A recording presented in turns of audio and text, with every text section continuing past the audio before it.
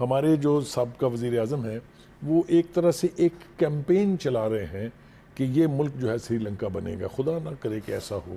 ہم تصور بھی نہیں کر سکتے کہ پاکستان ڈیفالٹ کی کیٹیگری میں آ جائے, ہمیں ڈیفالٹر قرار دے دیا جائے.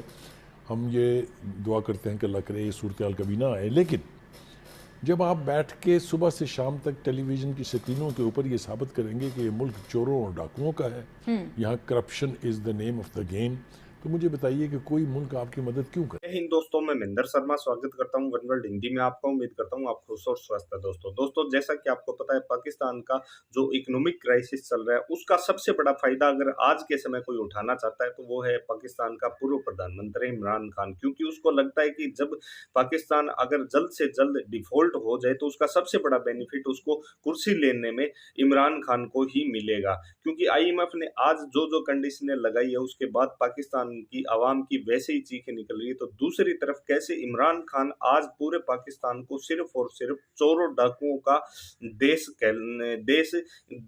چوروں ڈاکوؤں کے دیش کا تمغہ دلانا چاہ رہا ہے, یہ آج پاکستانی میڈیا خود کہہ رہی ہے. تو کیسے دوسرے ملک ایسے چوروں ڈاکوؤں پہ وشواس کر لے, تو جیسا کہ پاکستان کا پورو پردھان منتری عمران خان امیج سیٹ کرنے میں لگا ہے, تو کیسے دوسرے دیش ہمارا ساتھ دے دے. اور آئی ایم ایف جیسے سنگٹھنوں نے ہمارے گھٹنے ویسے ہی ٹکا رکھے ہیں. جو پاکستان کا اکنامک کرائسس ہے اس سے بچنے کا کوئی حل آج پاکستان کے حکومت, پورو اداروں اور پاکستان کے سنگٹھنوں کے پاس نہیں بچا ہے. تو دوستوں دیکھیے ڈیبیٹ اور کمنٹ میں اپنی پرتکریا ضرور دیں. لاسٹ میں آپ سے ریکویسٹ کروں گا چینل پہ نہیں ہے تو چینل کو سب سے پہلے سبسکرائب کریں, لائک شیئر کمنٹ ضرور کریں. دوستوں جے ہند, وندے ماترم. کے پاس ہم توقع رکھتے ہیں کہ اس وقت بجائے اس کے کہ اکانومی کے راستے میں مزید رکاوٹیں کھڑی کی جائیں, ایسے فیصلے کرنے چاہیے وزڈم کے ساتھ جس سے پاکستان کی جو اکانومی ہے اس کو سہارا ملے.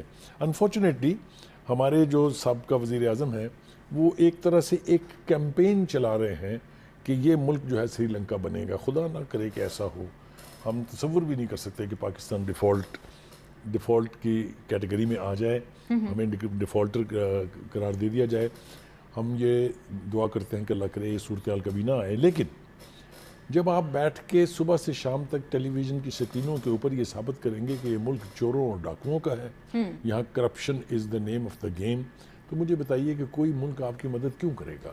بخاری صاحب, لیکن آپ یہ بھی تو دیکھیں نا, پچھلی حکومت نے جو کرنا تھا سو کر دیا, اس حکومت نے اب کیا کرنا ہے. ان کو بھی آئے کافی وقت ہو چکا ہے, اسحاق ڈار صاحب کے وعدے بھی یاد تھے, وہ سب کہاں گئے. دیکھیے میں ایک وہ کہتے ہیں نا کہ حقیقت بیان ضرور کرنی چاہیے. پہلی بات تو یہ ہے کہ جب تک جنرل باجوہ آرمی چیف تھے انہوں نے تو حکومت ان کی قائم نہیں ہونے دی. جس طرح وہ بقول عمران خان صاحب کے سارے فیصلے ان کے وہ کرتے تھے, ان کے بھی ابتدائی دوروں یعنی نومبر تک تو ان کو ہوش نہیں آنے دی نا. انہوں نے ایک کے بعد دوسرا پٹاخہ, تیسرے کے بعد چوتھا دھماکہ, اس طرح کی جو اونچ نیچ رہی ہے تو حکومت کہیں بھی نہیں تھی.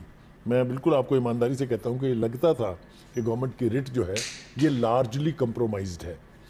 لہٰذا اس کا مطلب یہ ہوا کہ اگر نومبر تک کی 29 نومبر کو چینج اوور ہوا ہے نا, تو پھر دسمبر اینڈ جنوری 2 ہی مہینے تو ہوئے ہیں ان کو.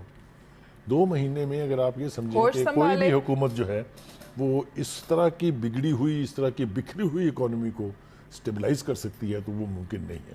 دوسری بات, اکانومک سٹیبلٹی جو ہے نہیں آ سکتی, اس کا تصور بھی ممکن نہیں ہے اگر پولیٹیکل سٹیبلٹی نہیں ہے. آپ مجھے بتائیے پولیٹیکل سٹیبلٹی کہاں ہے. اچھی خاصی 2 حکومتوں کو اور 2 اسمبلیوں کو آپ نے تحلیل کر کے حکومتوں کی چھٹی کرائی, اور پھر وہی الیکشن لڑنے جا رہے ہیں انہی لوگوں کے ساتھ. یہ اکنامک سٹیبلٹی کی باتیں ہیں, یہ ملک کی اکانومی کو سنبھالنے کے لیے کوآپریشن ہے. یہ تو میرے خیال سے وہ نیگیٹیوٹی ہے اور وہ نیگیٹیو ایٹیٹیوڈ ہے جو کسی بھی ملک کی اکانومی کیا اس کی ہر چیز کو تباہ کر کے رکھ دے گا. میں اس وقت بلیم گیم نہیں کر رہا ہوں, ہم صرف ریالٹیز دیکھ رہے ہیں گراؤنڈ پر کہ کیا ہے. تو ایک تو یہ کہ اس حکومت کو ٹائم, اسی لیے وہ کہہ رہے ہیں نا کہ خدا کے لیے یہ انتخاب کا ڈرامہ جو ہے اس کو آپ بند کریں, آپ تھوڑی سی اکنامک سٹیبلٹی آنے دیں. آئی ایم ایف کے ساتھ نیگوسیشنز تو کامیاب کرانی پڑیں گی اگر ہم نے سروائیو کرنا ہے تو.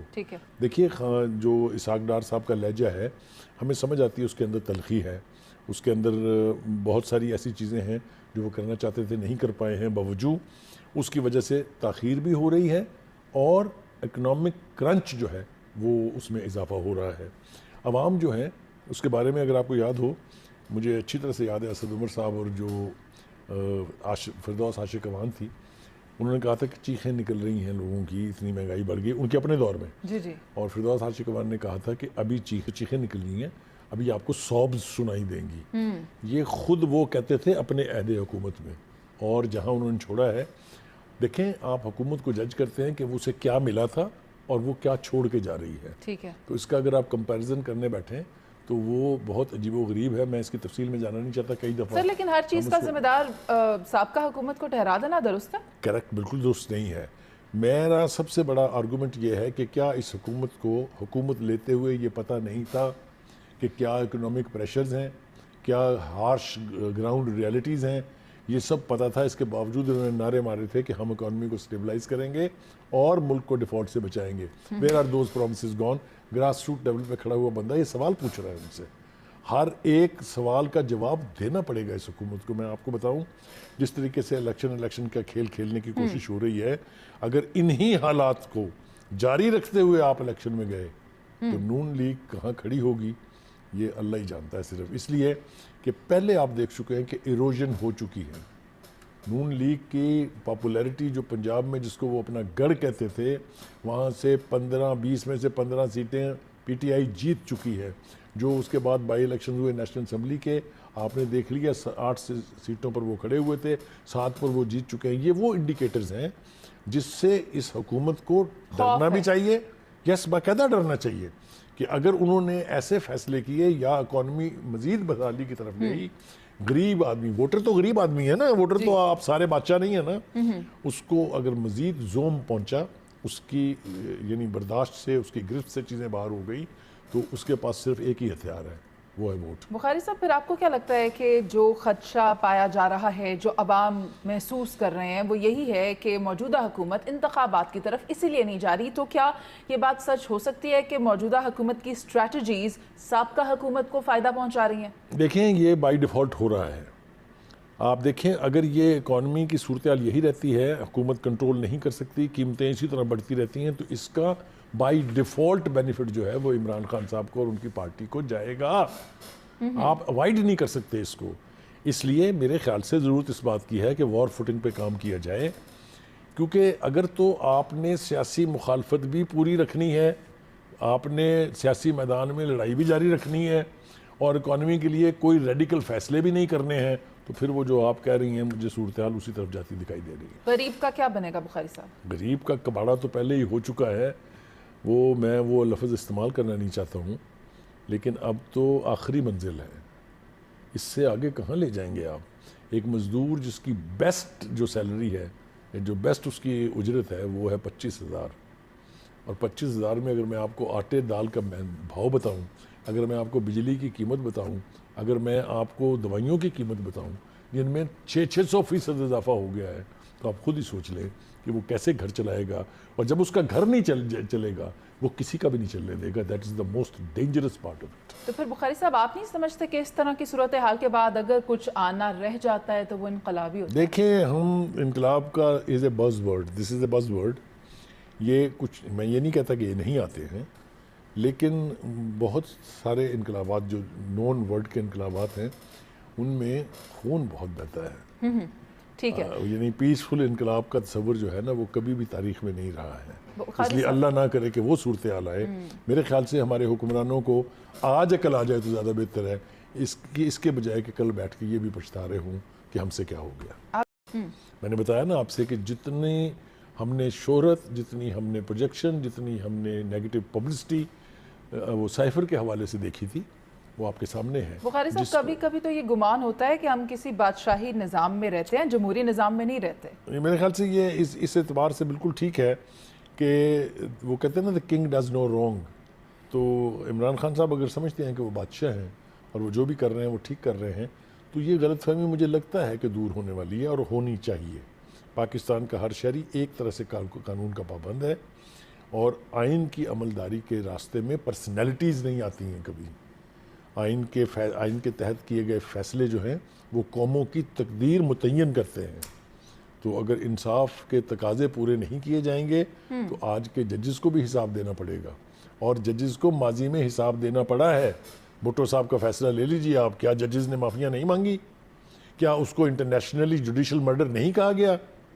تو خان صاحب آپ کے ساتھ جو فیوریٹزم کے فیصلے یا جو آپ کے حق میں فیصلے ناجائز ہو رہے ہیں، لوگ اس کو بھی دیکھ رہے ہیں اور بڑے غور سے دیکھ رہے ہیں.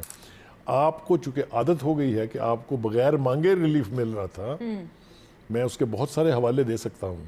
یعنی آپ یہ بتائیے کہ کبھی آج تک ہوا ہے کہ سپریم کورٹ میں ملزم کو یہ مشورہ دیا جا رہا ہو کہ ذرا آپ جائیں، ہم آپ کو ٹائم دے دیتے ہیں 7 دن کا، آپ اس کو ذرا دوبارہ لکھ کے لائیں تاکہ ہم آپ کا کیس ختم کر دیں. یہ ہوا ہے، اور یہ جنہوں نے بھی کیا ہے وہ تاریخ میں یاد رکھے جائیں گے، ان کے نام اتنی جلدی بھولے نہیں جائیں گے. تو یہ ہے صورتحال. تو کیا عمران خان کا جو لاڈلا پن، عدالتی لاڈلا پن، وہ اگر برقرار ختم رہے گا مکمل یا طور پر نہیں ختم ہوا ہوگا؟ ہے تو میرے خیال سے سسک ضرور رہا ہے. اس کے بارے میں تو مجھے کوئی ابہام نہیں ہے.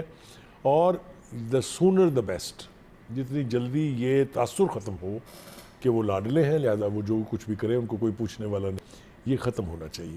اور عثمان بزدار کے بارے میں کیا خیال ہے آپ کا؟